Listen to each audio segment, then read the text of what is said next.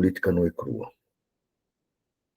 Já é o nosso 17º programa, desde que nós começamos. Nós estamos evoluindo, evoluindo em vários sentidos, né? E estamos sempre procurando um formato que mais agrade a todos. Apesar dos nossos números serem bons, ainda acho que a gente pode melhorar mais ainda. Principalmente se nós tivermos o apoio de todos vocês, com críticas, com sugestões, com informações que são importantes para todos nós. Hoje, eu vou procurar segurar esse programa por volta dos 40, 50 minutos. Semana passada eu extrapolei, né? 1h26. Mas assim mesmo teve uma boa audiência do começo ao fim. Isso foi bom, né? Mas como a gente tem logo depois, na sequência, mais 2 programas que falam de política, principalmente o programa com o Alexandre e com a Adelaide, que é a Semana em Revista, onde eles abordam todos os pontos da semana, né, todos os pontos importantes. Então, eu vou fixar em alguns pontos que eu achei assim, que deveriam ser relevantes e que a gente trabalhasse adequadamente em cima deles. Tá? Então, vamos começar? E vamos começar por um ponto que chocou a todos nós. Chocou a todos nós. E que me fez refletir um pouco sobre se nós estamos adotando uma política correta de abordagem, de relacionamento entre os 3 poderes nesse país. Tá? Se aquelas velhas regras que funcionaram no primeiro e segundo mandato do Lula, que ainda continuam válidas nesses mandatos atuais. E qual é o fato que me chamou a atenção? Foi a agressividade com que foi tratada no Congresso a ministra Marina Silva. A ministra Marina Silva atendeu a um chamado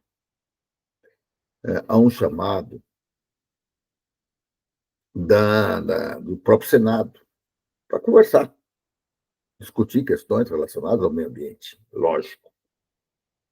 E foi extremamente tripudiada, foi injuriada, foi maltratada, desrespeitada. Desrespeitada é o mínimo que a gente pode dizer. Tá?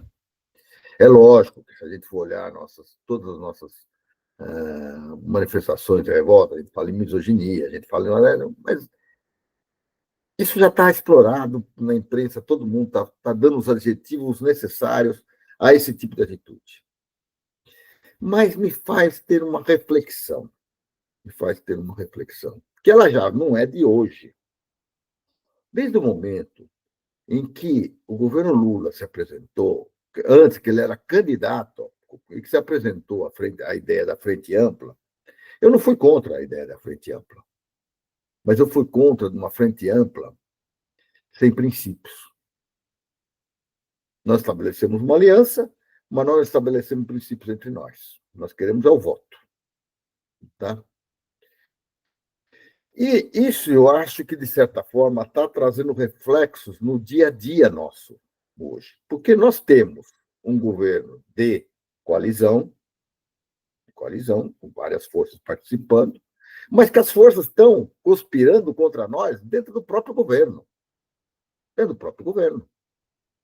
Ou não é isso? O PSD do Kassab está dentro do governo, ocupando 3 ministérios, e ele está realmente respondendo aquilo que nós demos a eles. Tanto em políticas de ministério, como em políticas de participação na própria Câmara em defesa daquilo que a gente defende como um todo. A gente sabe que não. Que o Kassab está conspirando com o Tarcísio. E que, por sua vez, está conspirando com o Bolsonaro. Então, o que nós estamos alimentando? Parece que nós estamos alimentando a cobra, para que ela venha morder a gente depois. Isso é um aspecto. Depois, a gente tem que olhar também o respeito que nós temos pelas forças que se compuseram conosco, que nos ajudaram a eleger governo que não estão ajudando a puxar esse governo. E aí, a Marina Silva tem o seu papel. Ela tem um papel. No discurso, logo de cara, depois da eleição, eu me lembro do Lula indo para a Europa, levando a Marina Silva na bagagem e tal, como uma forma de apresentar ao mundo que esse país tinha preocupação com o meio ambiente e com as nossas futuras gerações. Mas essa é a realidade efetiva do que está acontecendo? Quando escuto falar que que um senador, que eu até reputava bem, mas já há algum tempo já vinha de olho nele, como Jacques Wagner, líder do governo no Senado, passa pela sala, vê o que está sendo feito, vira as costas e vai embora. Não entra em defesa de uma ministra do governo Lula. Não entra em defesa de uma política que o governo Lula prega ao mundo que não, nós defendemos o meio ambiente. Que história é essa? Ah, mas nós não podemos constranger os nossos aliados. Mas que aliado? Os aliados que tripudiam sobre um ministro nosso? Que ministro sobre uma política de governo? Que aprovam aquele absurdo que foi a lei do licenciamento ambiental? Que é o desmonte ambiental? Mas batemos palma, na COP30 elas vão mostrar a ministra aí como nosso selo de... Pô, mas a prática não está sendo esta. A prática não está sendo esta. É assim que nós vamos agir sempre. É assim, a gente vira as costas e deixa bater. A gente põe alguém no Banco Central para representar os votos que nós tivemos nas eleições e ele continuou representando o setor financeiro como representava o anterior, que era ligado ao Bolsonaro. A gente fala em meio ambiente, mas a gente joga contra o meio ambiente. Mas nós quem? Nós todos. Nós todos. Nós todos. Eu sinto falta do tempo em que a gente se indignava com as coisas e tomava atitudes. Nós, enquanto cidadãos brasileiros, já num período de ditadura militar, onde a gente era preso, morto, então tem tantos desaparecidos até hoje, a gente não ficava quieto, não. A gente não deixava de organizar as nossas manifestações. A gente não deixava de organizar nossas panfletagens. A gente não deixava de tripudiar sobre um governo que era um governo fascista, ditador, e que prendia, matava e calava a voz de todos nós. E tentava calar a voz de todos nós, mas não conseguia. Hoje nós temos muito mais meios, muito mais meios. Hoje é muito fácil, eu consigo fazer esse programa aqui e passar para vocês. Eu consigo ir nas redes sociais e botar minhas mensagens, mas nós não temos engajamento, não temos compromisso, não temos força para reagir. Se nós convocarmos uma passeata na Paulista, por exemplo, ou em qualquer lugar que seja do Brasil, qual a força que nós temos? Nós vamos botar apoiam esse movimento. Isso é outra coisa que me irrita muito, hein? Me apoiam esse movimento. 150 entidades. Quando você vai ver lá, não tem 150 participantes. Entre aspas, né? Isso eu estou exagerando. Mas, cadê o compromisso nosso de fazer com que esse país realmente procure um novo caminho? Onde é que nós estamos defendendo realmente a verdadeira democracia? Onde é que nós estamos dando espaço para que a gente possa evoluir enquanto país? E nós estamos sendo chumbados para todo lado. Basta ver. Nós tivemos aqui, eu já falei várias vezes nesse programa, a Maria Lúcia, lá da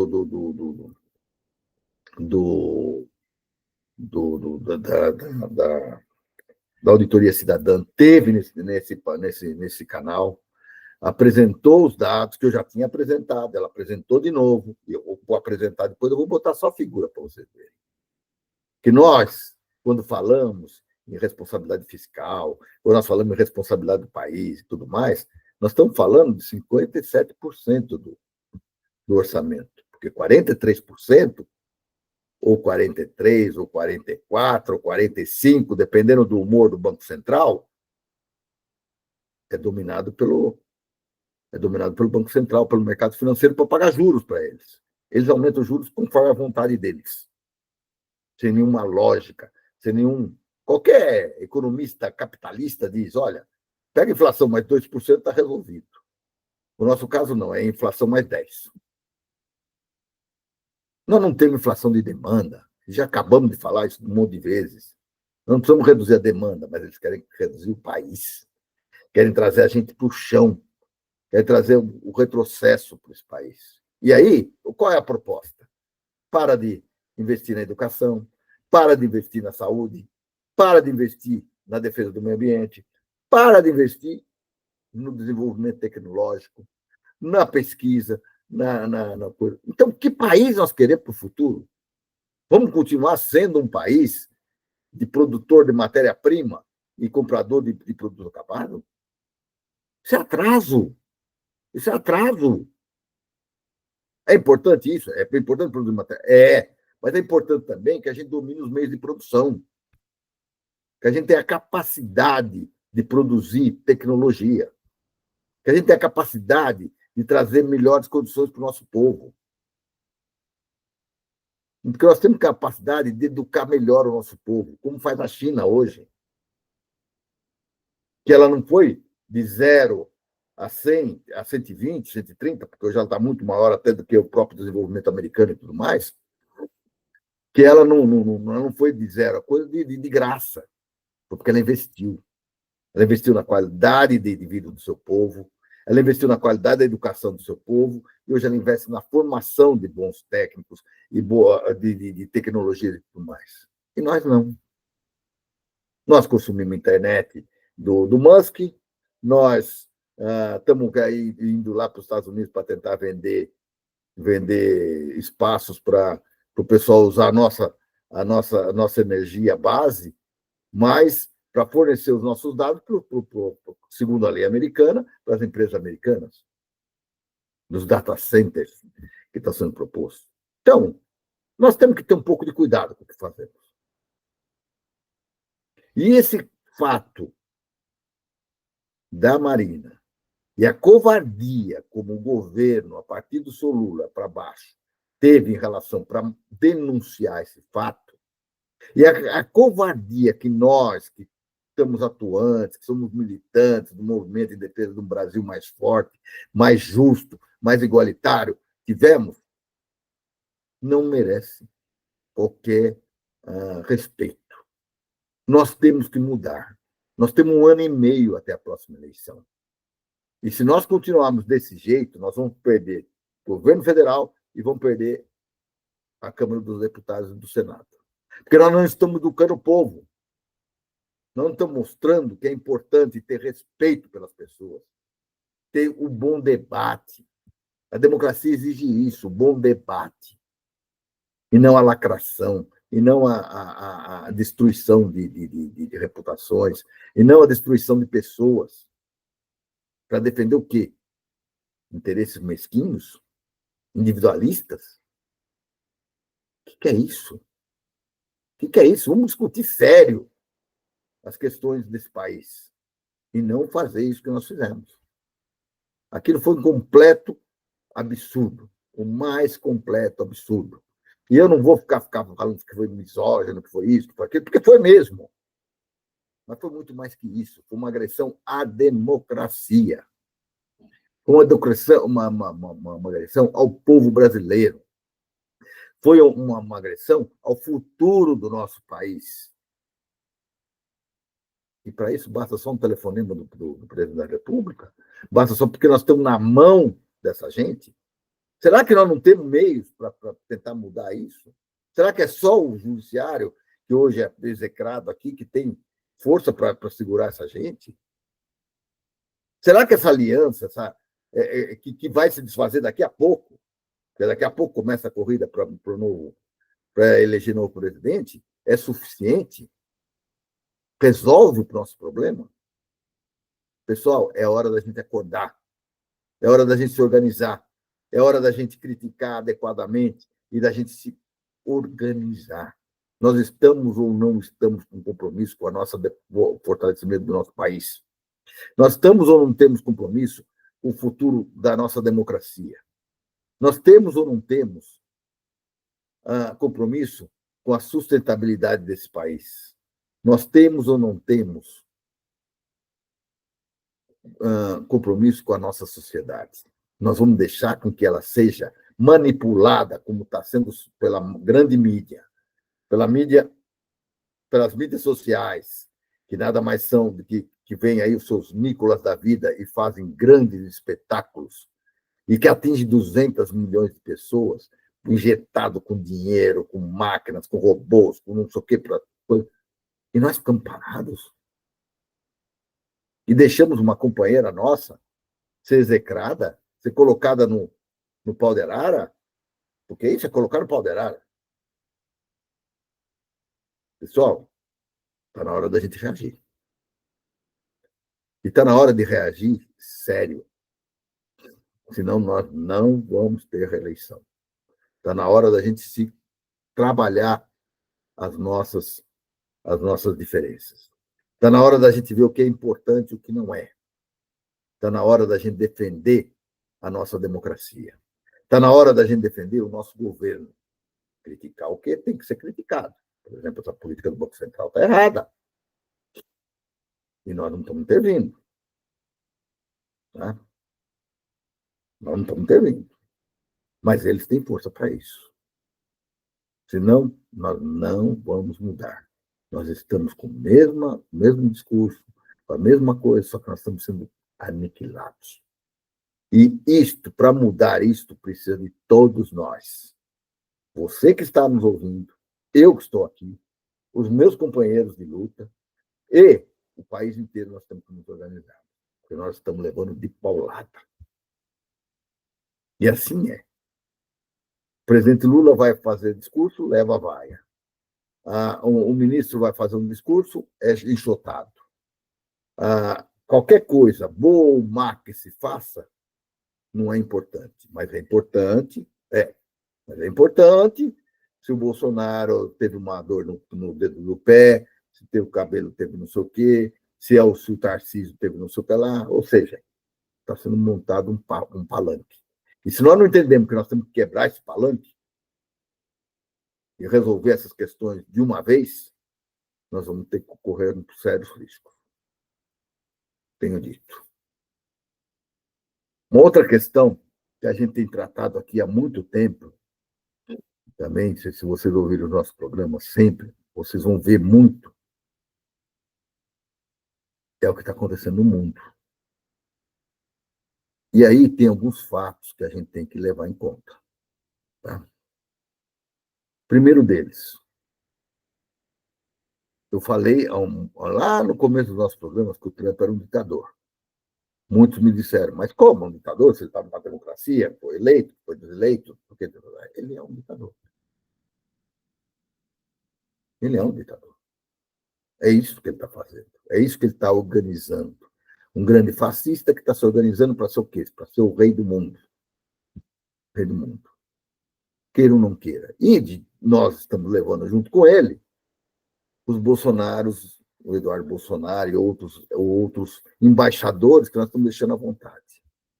Que, aliás, Eduardo Bolsonaro merece um processo no Brasil, porque ele está indo contra a soberania nacional.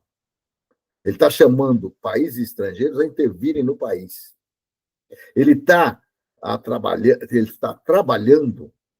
trabalhando para impedir que o nosso judiciário tome as atitudes que estão condizentes com a nossa Constituição. E nós estamos deixando. Nós estamos demorando muito para tomar atitudes. Mas, vamos lá ao Trump. Quando você começa uma ditadura, o que você faz primeiro? Olha a nossa 64. Você vai atrás de quem? Dos opositores. Ou das inteligências. Que era o que fazia. E que está fazendo o Trump. Está perseguindo as universidades, os professores, os alunos, as inteligências que existem no país, ele está pressionando, pressionando. Começou um boicote econômico contra as universidades. Algumas, logo de cara, abriram mão, como Colômbia, nos Estados Unidos, Universidade de Colômbia, que é uma das mais prestigiadas do mundo. E depois viu que está pagando muito mais caro do que devia, porque aderiu logo de cara e eles estão sempre exigindo mais e mais e mais. Mas Harvard, o grande símbolo da Universidade Americana, que já formou milhares de pessoas, que formou muitos dos presidentes americanos, que formou a nata do capitalismo mundial, formou a nata do capitalismo mundial, da onde emanam as maiores teorias econômicas capitalistas do mundo, tá? Até ela, hein? E de onde também emanam grandes pesquisas tecnológicas. A ciência deve muito a Harvard. Ela está sendo atacada e ela disse: não, não vou entrar nessa. Não vou perseguir meus alunos, não vou perseguir, não vou mudar meus currículos, não vou classificar as pessoas que pensam diferente do Trump de subversivos ou de qualquer outra coisa. Ela disse não. E ela está sendo pressionada. Está sendo pressionada. E está sendo pressionada em diversas fontes. De início, é uma notícia até meio antiga, era assim: o pessoal que foi formado por Harvard investiu mais, jogou mais, porque lá pode ter esse financiamento particular na universidade. Então, deu uma certa equilibrada. O que o Trump tirou, eles puseram de volta. Agora, eles estão querendo fazer o quê? Suprimir os vistos para estudantes estrangeiros estudarem em Harvard ou nas universidades americanas. Isso tira de cara 6 mil alunos da universidade. Primeiro, perseguindo os chineses, porque os chineses são ligados ao Partido Comunista, segundo ele. Depois, perseguindo os que têm qualquer visão diferente da deles. O que um dia falaram mal do Trump. Como universidade é um local de discussão, de debate, de troca de informações. Não é um lugar de formar gente, de formar gado. Tá? Não é de formar gado. Mas eles estão fazendo isso.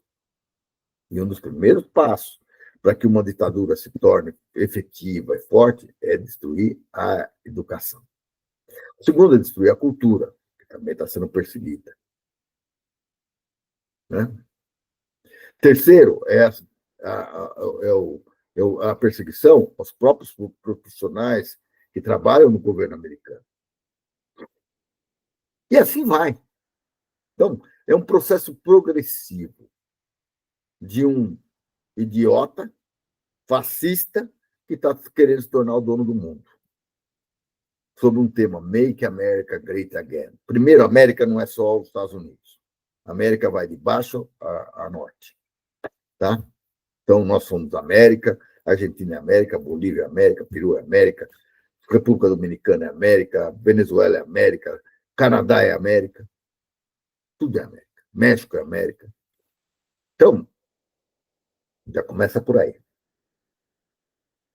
Então, sobre a justificativa de um protecionismo, eles estão querendo expandir o poderio americano. Eles têm bombas, eles têm tudo, eles querem isso. Eles querem isso. E aí vão em Israel e dão apoio a Israel e dizem: não, vamos transformar Gaza num resort. Bota aqui um monte de cassino, um monte de coisa, vamos fazer isso aí e mata esse povo daí. Destrói o povo. Todo apoio à política de genocídio do Netanyahu. Até esse diálogo que eu estou tendo com vocês é fator para eles para negarem o visto para ir para os Estados Unidos. Mas eu não preciso de visto, porque eu nasci nos Estados Unidos. Eu tenho passaporte americano. Mas é capaz de me negar até o passaporte americano, porque eu fui criado no Brasil. É capaz até isso negar, e para mim também tanto faz. Eu sou muito mais brasileiro do que eles, do que qualquer um. Muitos brasileiros. Eu sempre lutei por esse Brasil. para um Brasil mais forte, mais igualitário, mais justo. Isso é a história da minha vida. Mas isso não é o importante. O importante é nós temos que denunciar este governo fascista e, pior, este governo está fascista do Trump, que está, de certa forma, suportando a extrema-direita brasileira. Não é à toa que o Bananinha está lá. E está lá denunciando, querendo perseguir o Alexandre de Moraes, que, aliás, o Alexandre de Moraes, quando for pedir um visto para lá, talvez não consiga também, porque, pelas regras atuais, ele também não se enquadra. Tá? Porque atentou contra companheiros do governo Trump, os bolsonaristas da vida. O gado, o que há de mais desprezível nesse país. Então, todo cuidado é pouco. Todo cuidado é pouco pelo que a gente está conseguindo até agora. Nós estamos passando por um momento muito sério no mundo todo. No mundo todo. Hoje, a própria Europa, que sempre se alinha aos Estados Unidos, à Inglaterra e tudo mais, já começou a perceber que o Netanyahu, em Israel, é um grande mal para o mundo. E o que ele está fazendo é um grande genocídio. É um grande genocídio. Eu li hoje uma reportagem, aliás, li hoje não, li ontem, né? Uma reportagem na Folha de São Paulo, de um português, dizendo isso. A Europa condena o governo de Netanyahu. E tem que negar. E o mundo todo tem que repudiar. O próprio Brasil. E hoje já se fala, tem que cortar relações com Israel. E tem mesmo. Nós não podemos, não que nós queremos a destruição do Estado de Israel. Eu sou contra isso. Eu, pessoalmente, sou contra. Mas nós não podemos deixar com que eles realmente se mantenham com essa postura de destruir a civilização, porque nós somos uma raça superior. Porque é isso que eles estão fazendo, o que eles negaram no passado, que eles sofreram no passado, eles estão fazendo de novo. A raça superior está destruindo os seus primos, são primos. Os seus primos lá na Palestina. Então, está errado isso. Está errado. Isso precisa ser condenado. E como precisa ser condenado. Mas, por que não está na. Vamos voltando ao Brasil, por que nós não estamos com o Bolsonaro na cadeia, hein? Ué, eu parei de propósito. Ué, qual é o fato novo para colocar o Bolsonaro na cadeia? É simples. É mais simples do que vocês imaginam.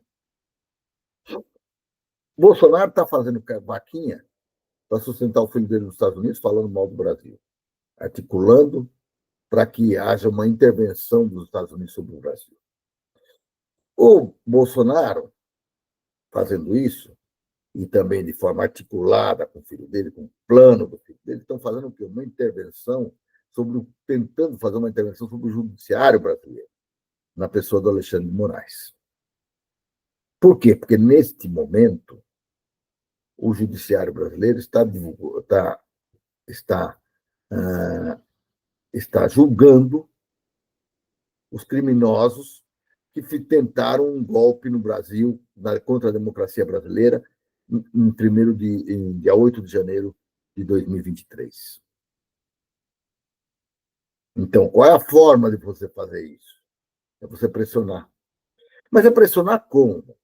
Eu não dei visto. Tá bom, não quero mais para os Estados Unidos, não vou. Mas tá bom. Mas a nossa economia depende da economia americana. Então, a Visa não te solta um cartão, a Mastercard não te solta um cartão, o American Express não te solta um cartão para você poder viajar para os outros países. Se você tiver, por exemplo, conta no Citibank aqui, bloqueia. Ou no Santander, bloqueia. Que é espanhol, mas também segue algumas regras. Falo isso até porque vira e mexe, é o Santander que vem me perguntar da minha cidadania americana.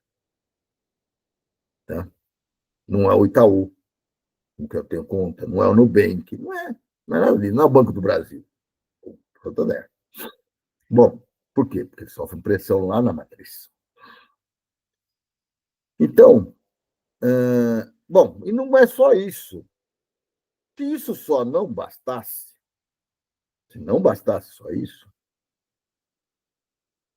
o Bolsonaro me liga pro Mourão, que era ex-vice-presidente dele, e combina o que ele vai falar no depoimento dele no STF. Ué, isso não é o mesmo que o Braga Neto fez, não? No passado? Não é caso de botar ele na papuda, o Bolsonaro? Por que não? Qual que é o objetivo nosso? Não é estabelecer a democracia, manter uma democracia estável? Como é que nós podemos conviver com golpistas que planejam a morte de pessoas que foram eleitas legitimamente pelo povo? E até de um que nem eleito tinha sido, mas que é um representante da esquerda, que era o Zé Dirceu, que era o quarto elemento que eles queriam pegar. O Lula, o Alckmin, o Alexandre de Moraes e o Zé Dirceu. Espantou? Mas a capacidade deles é muito maior. Ele não falava que tem que pegar os 30 mil? Nesses 30 mil, provavelmente estava eu. E estava muitos de vocês que estão me assistindo. E vai estar muito mais, porque nós continuamos falando mal dos desmandos do governo deles, que destruíram esse país, que destruíram as instituições brasileiras, que destruíram a democracia e os direitos dos brasileiros. Foi para isso que eles foram buscar o golpe na Dilma. Então, é golpe sobre golpe. Golpe sobre golpe. E pela primeira vez, nós vamos ter general, coronel, juiz, o que for na cadeia. Só não estou vendo e estou pedindo essa. Cadê os financiadores desses golpes? Porque não foi de graça que os caminhões pararam na estrada naquele período. Não foi de graça que foram mantidos aqueles acampamentos. Não foi de graça que o povo se deslocou das cidades para Brasília para fazer um grande badernaço e provocar com isso um golpe. Não foi de graça. Um monte de atitudes que foram tomadas e continuam sendo tomadas contra esse governo. Um governo legitimamente eleito. Não é de graça que se injeta dinheiro nas redes vinícolas da vida. Não é de graça. Essa gente tem que ser punida. Tem que ser punida.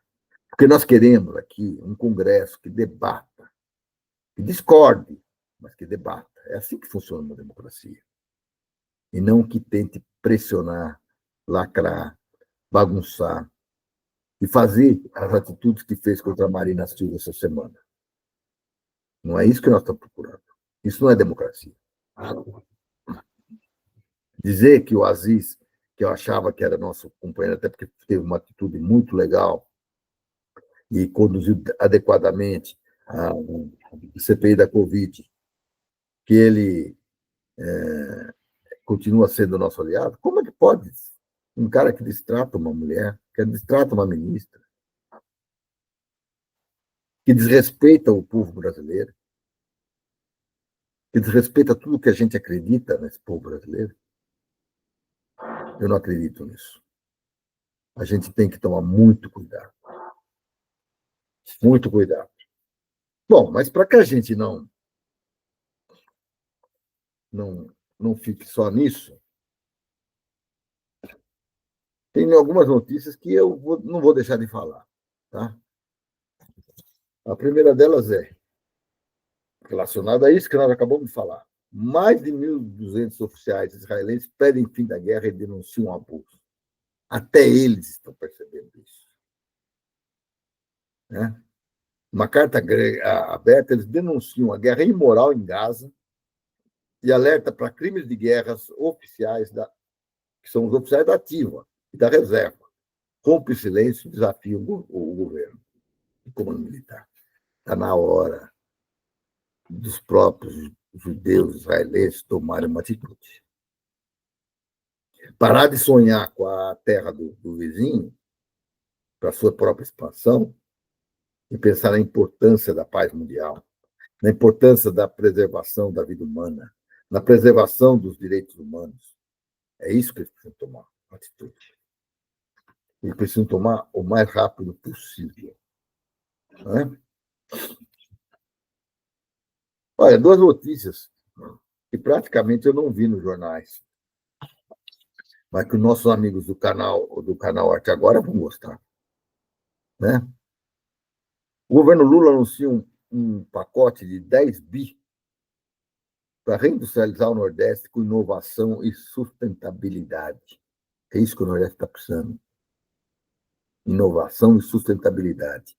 Isso, ele lança um pacote de 10 bi. Ainda é pouco, hein? Mas já é um começo. E aí eu parabenizo a ministra Luciana Santos e o presidente Lula, que lançaram essa chamada Pública Nordeste da Nova Indústria Brasil, que impulsiona projetos estratégicos em energias renováveis e bioeconomia. Viva o Nordeste, seja forte, reivindique, é isso que precisa. Nós fortalecemos o Brasil em todas as regiões. E pacotes como esse deveriam estar no Centro-Oeste, no Sul, no Sudeste, no Norte, em todos os lugares. Dentro das características de cada pedacinho. A outra questão é a questão do São Francisco. E o fluxo dele foi duplicado nesse período. E o Lula esteve aí para mostrar isso. Por isso, significa tudo. Eu que nasci nos anos 50, que vi muitos nordestinos migrando por falta de água, de comida, de condições de vida, vindo para o sul e para o sudeste. Fico muito feliz de saber que a região está sendo investido na região para que esse fluxo e essa situação se altere e que cada vez mais o Nordeste procure essa pujança. Mas a pujança do povo como um todo, da sociedade nordestina, e não a dos coronéis, como era no passado, que dominavam a água, que dominavam os meios de produção e escravizavam o povo nordestino. Isso aqui é investimento na veia, para o Nordeste cada vez mais forte e cada vez mais contributivo para que todo o país evolua. Nós estamos investindo o quê? Em tecnologia e sustentabilidade. Isso é fundamental. Isso é fundamental.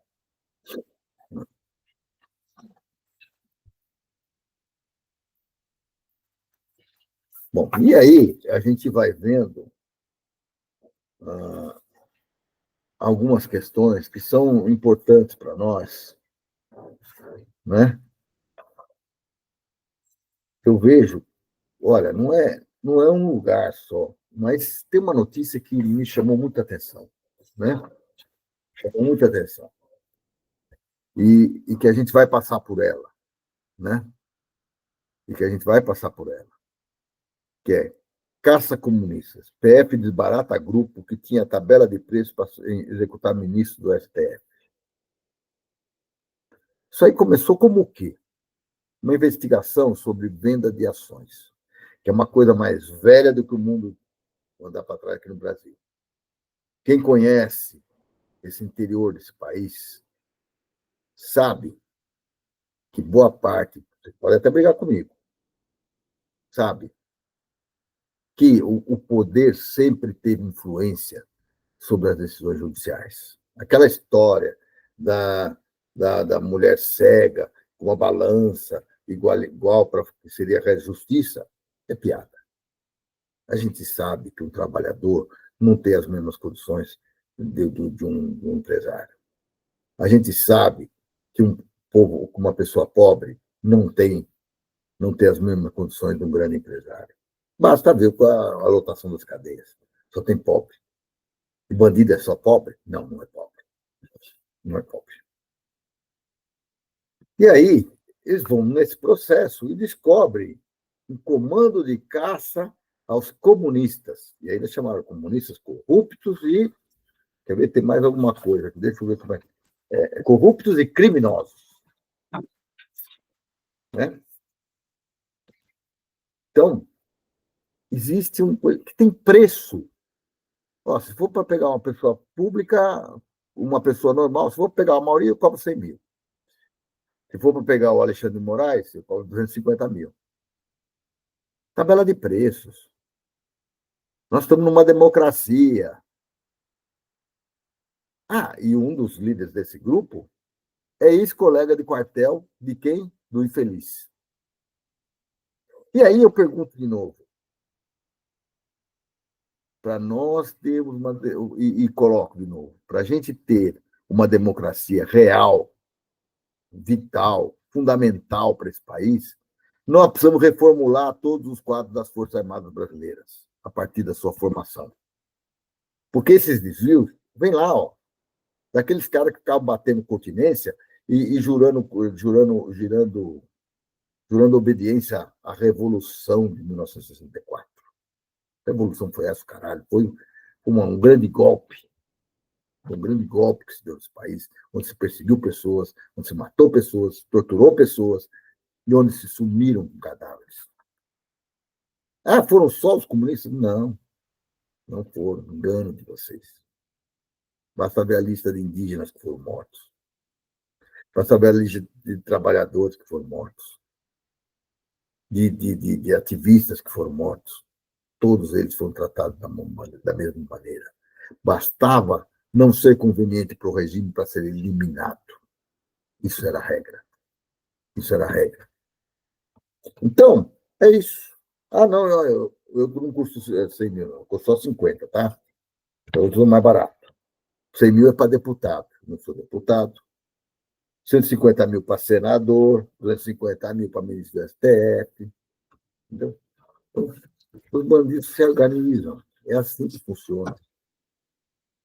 É assim que funciona esse país. É assim que este submundo da extrema-direita funciona. Por isso que ele precisa ser golpeado em todos os seus pontos. E com rapidez. Com rapidez. Tá? Porque isso não pode ser assim. E para terminar esse programa, eu vou perguntar uma coisa que foi uma pergunta que o Atushi fez no 247. Afinal de contas, o Galípolo é o menino de ouro do presidente Lula ou é o bezerro de ouro da Faria Lima? E ele explica. Se não bastasse os juros abusivos, ele agora abraça a PEC 65, projeto desenhado por Campos Neto para facilitar a compra do Banco Central pelo capital financeiro. Não basta o Banco Central ser independente, ele tem que ser propriedade dos capitalistas da Faria Lima, dos Faria Limers. Pense um pouco a respeito disso. Na próxima semana, talvez a gente volte nesse assunto de novo. Acho que por hoje a gente já fez um bom debate. E talvez eu tenha assustado um pouco a vocês com algumas questões, mas está na hora da gente tomar uma atitude. Senão, nós podemos não ter um futuro. Podemos não ter um futuro. E hoje já é uma unanimidade discutir essas questões. Tá? Então, termino aqui esse programa e gostaria de novo de pedir a todos vocês que me ajudem, lançando as suas críticas, não concordando comigo, lançando suas críticas durante o programa, fora do programa, mandem. Tá? É fácil mandar para mim, qualquer coisa. Meu e-mail é mauri.monteiro@gmail.com. Vai lá e manda mensagem para mim. Não tenho medo de mandar. O que mandar, eu vou aceitar e vou analisar e vou ver. Eu gosto desse debate. Tá? Talvez eu tenha cedido algumas expectativas de alguns, ao criticar a nossa inoperância em defesa de uma ministra de governo. a uma política de Estado. Mas é importante ouvir de vocês. Qual é a opinião de vocês? Como é que vocês se posicionam? É isso. Até a próxima semana.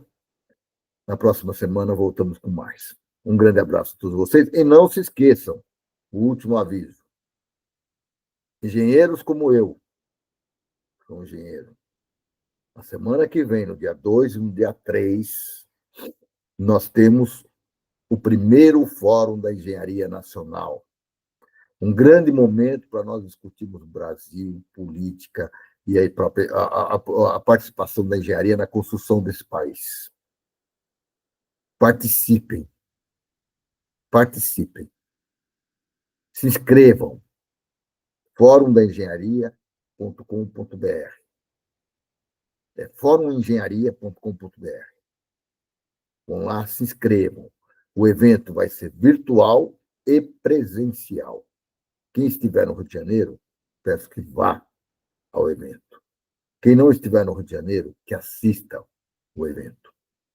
Nós estaremos lá discutindo questões importantíssimas para a construção desse país, para trazer protagonismo para essa engenharia e para fazer com que essa engenharia realmente, a engenharia como um todo, ela contribua para o futuro do nosso país. Um grande abraço a todos.